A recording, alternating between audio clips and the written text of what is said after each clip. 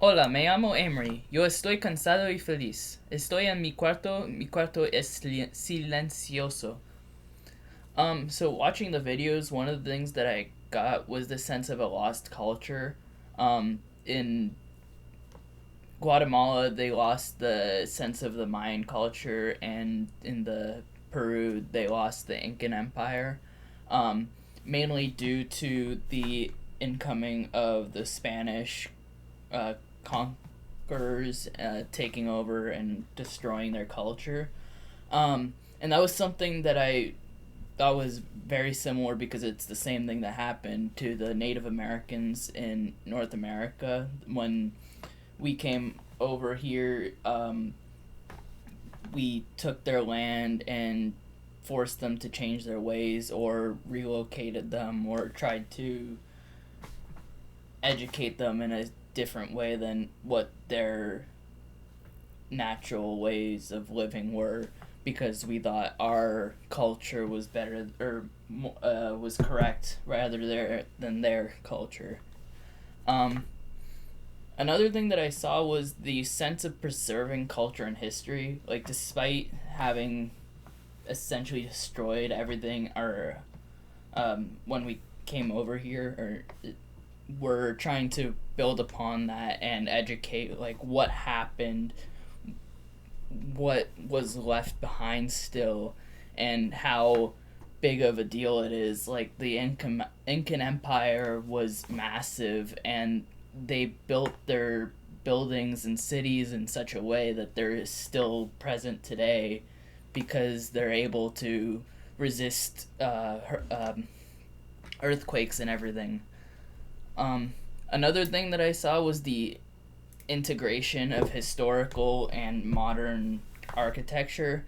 So a lot of the cities that are being built in Guatemala and Peru are integrating new construction with what's already there. So there's the new buildings, the new safety and everything like that, but it's still got the historic water fountains, the historic streets, some of the historic buildings, and it's all integrated into one city, kind of similar to what we have in uh, cities like DC, maybe, that are some of the construction that's there is from the 1700s, maybe, and it's been preserved over the years while also having buildings being built even now or all around it. Um, Another thing that I noticed was like cultures being grouped all together, kind of thing.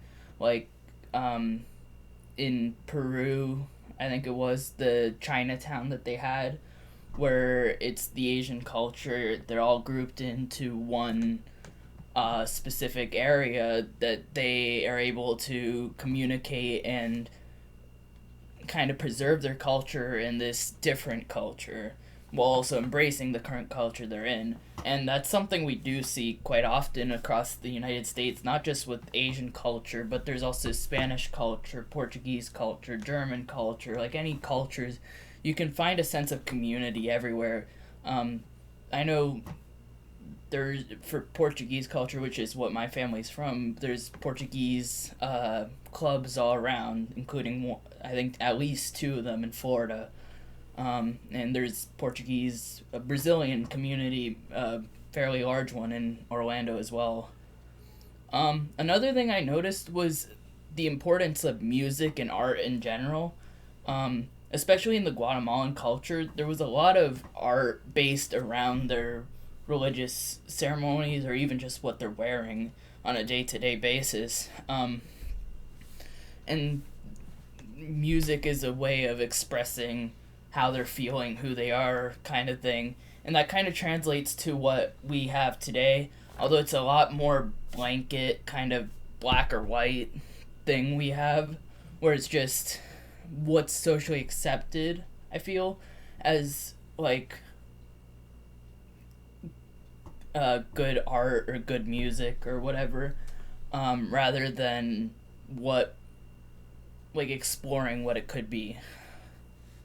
And then one kind of difference that I feel was in Guatemala and Peru, religion was a very big part of what they did on a day-to-day basis, whereas in the United States it's not so much of a thing. Like, a lot of people are religious and believe in one god or another or several, and but it doesn't really play into our day-to-day culture and how really we interact with other people or the world in general, if that makes sense. And that's all. Thank you.